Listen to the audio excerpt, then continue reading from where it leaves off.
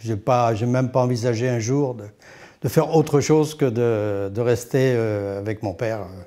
Tout le monde dans la famille aime le cognac, vit cognac, respire cognac.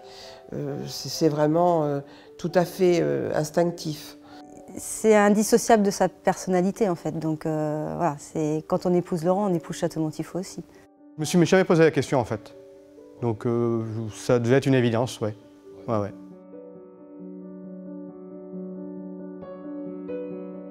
En fait, pour vendre notre cognac, on avait plus envie de transmettre la passion du cognac que de vendre une bouteille. J'avais dit à mon père, si je prends la bouteille, si on développe, ça sera une condition, nos voyages, c'est qu'on les fera toujours ensemble, mon épouse et moi.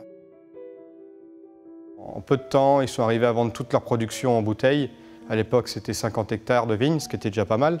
Et c'est ce qui a permis de développer, proprement dit, Château-Montifaux, de le rendre indépendant par rapport au négoce de la place de Cognac.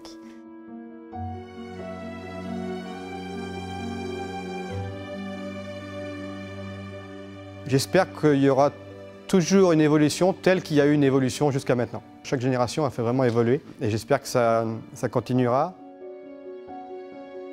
Quand je l'ai donné à Laurent en 2000, on était à 90 hectares de vignes, on est rendu à plus de 120. On est à 350 000 bouteilles.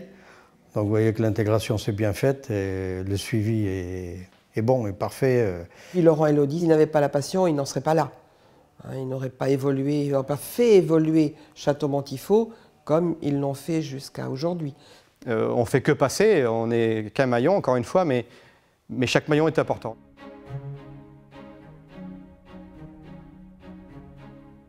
On fête notre 150e anniversaire, on pense forcément au commercial, aux clients, mais on pense vraiment plus à la famille. De se dire qu'est-ce qu'on peut faire pour mettre en valeur tout ce savoir-faire et toutes ces relations familiales depuis 6 générations. C'est pas rien, donc c'est grisant.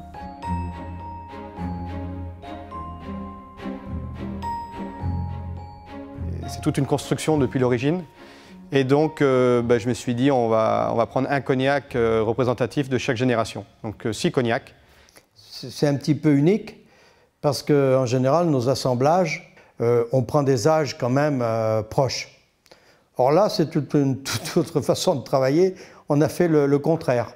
C'est-à-dire qu'on a rassemblé le savoir-faire de 6 générations que l'on a mis dans une bouteille. L'eau de vie pour Augustin, c'est une eau de vie de 1850, 60, enfin au tout début, là, hein, vraiment. Pour Pierre, il y a des eaux de vie de 1870, 80. Et puis Maurice Vallée, mon arrière-grand-père, c'est le cognac héritage Maurice Vallée. Pour mon grand-père Louis, c'est cognac de 1967. Pour mon père, c'est un cognac de 1990. Et pour moi, c'est un cognac de 2005.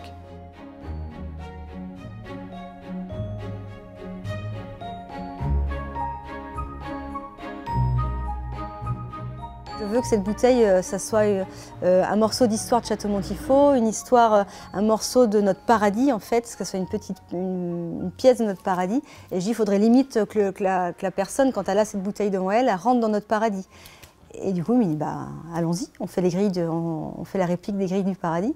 Et puis c'est parti comme ça. Je pense qu'on arrive à quelque chose ensemble qui est je ne sais pas si on peut dire sublime, mais enfin ouais, j'adore le produit. C'est vraiment. On dit aussi que c'est pour nous comme un second mariage en fait. On a mis notre amour jusqu'à la fin, jusqu'à la touche finale. Le dernier cachet de cire, voilà, c'est la touche finale à la présentation et c'est fait à la main et c'est fait avec une minutie et une attention particulière. Voilà, c'est pas une bouteille standard Château-Montifaux, c'est la 150e.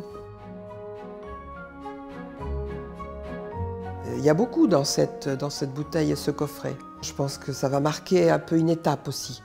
Aussi l'étape de la transmission. C'est un peu un tout en fait. Donc le souvenir de 6 générations, tourné vers l'avenir quand même. Donc c'est un deuxième départ, si on peut dire.